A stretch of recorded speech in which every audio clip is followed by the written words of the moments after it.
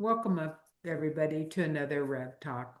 We've got another subject we thought would be enlightening to you, and it's triggers. We've always talked about triggers and what triggers you, and why can't you understand it, or why can't you be at peace with what happens from the triggers. And it's the word itself that may trigger you, isn't it, Reverend Kim?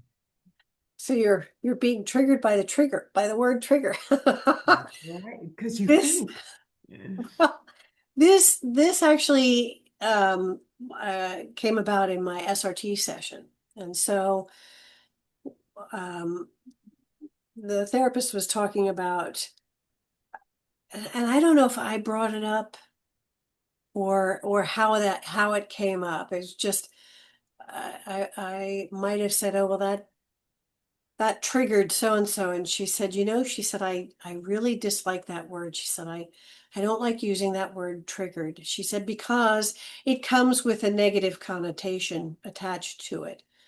And I was like, that's true. And what she said, the word I use is I'm alerted.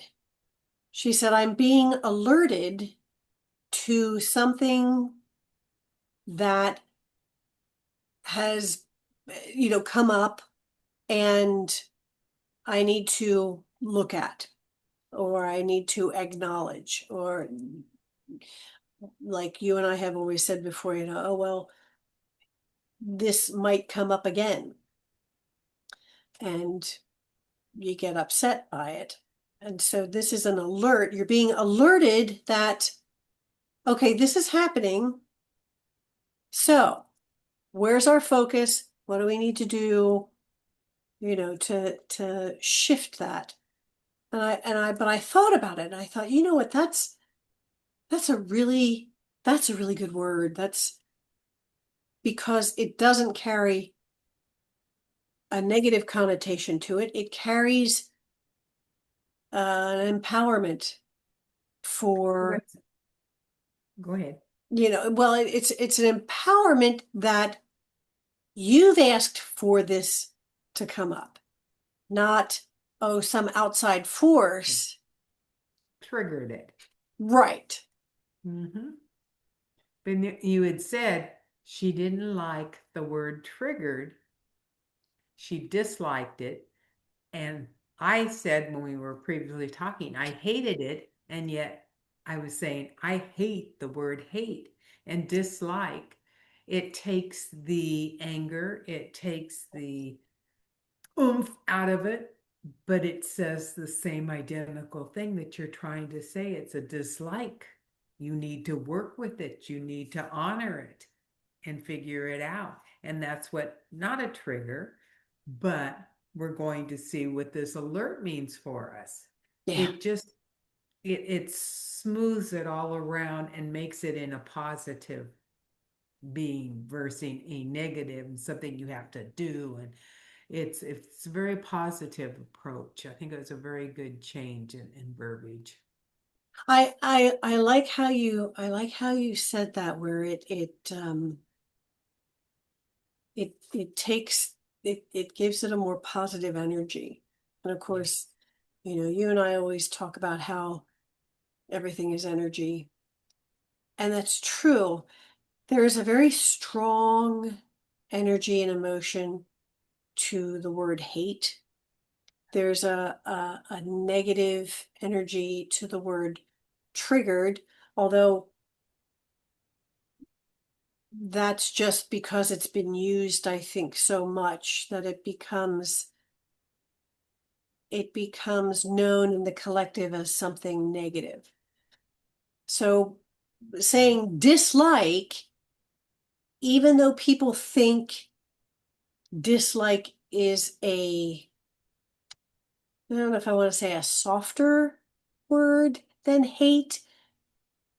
People love to use that word hate because it's a ugh. Powerful. They think it's powerful and it's going to Right. punch and get your attention. Dislike is a word that isn't used that often. And so when you say it, I think it catches someone's attention. I was just thinking of a simple example is when you see somebody and they ask, "What do you think of my new outfit?" "Oh, I hate it. I dislike it." But just see how you would feel if somebody said, "I dislike it. It's not for me, but I hate it. I wouldn't be caught dead in it." It, it's it's the same scenario. That's It's true. the position and the power that Right. we have anointed these words with. Oh, I That's like why that. words are so important. I like that. Yeah. Anointed. Oh, I like that a lot. That's a good that we have anointed those words with a certain power. That's powerful in and of itself, right there. Yeah. To use that we've been alerted allows us that wiggle room to behave or to assess something differently rather than being triggered, which is another Not to hard react. word. Yes, triggering, in my opinion, in the way I feel, makes me want to clench and react right away. Being alerted is more mindful, Yes. is the way I look at it. The same with hate and That's what dislike. I like the idea because it makes you stop and think instead of react. Yes, very much so. Very much so. It gives you that, like I said, that wiggle room. It gives you that opportunity to pause. I like that very much. Thank you for that. So, what do you think, my dear? Have we alerted everyone? I think we gave somebody time to pause. Yes, we did. Yes, we did. So remember, the next time you think about, oh, that triggers me, instead say, I'm being alerted by this. So what is it I'm to learn? Yes. I love that. Thank you so much. So with that, we want to thank you for joining us on another Rev Talk. And we want to remind you to be gentle with yourself and to be kind to yourself and to remember that you are unique in all the universe. There will never be another just like you in all of space and time. You are powerful, you are cherished, and you are loved. And without you, the song of the universe would be incomplete. Until next time, my friends, be well. Yeah.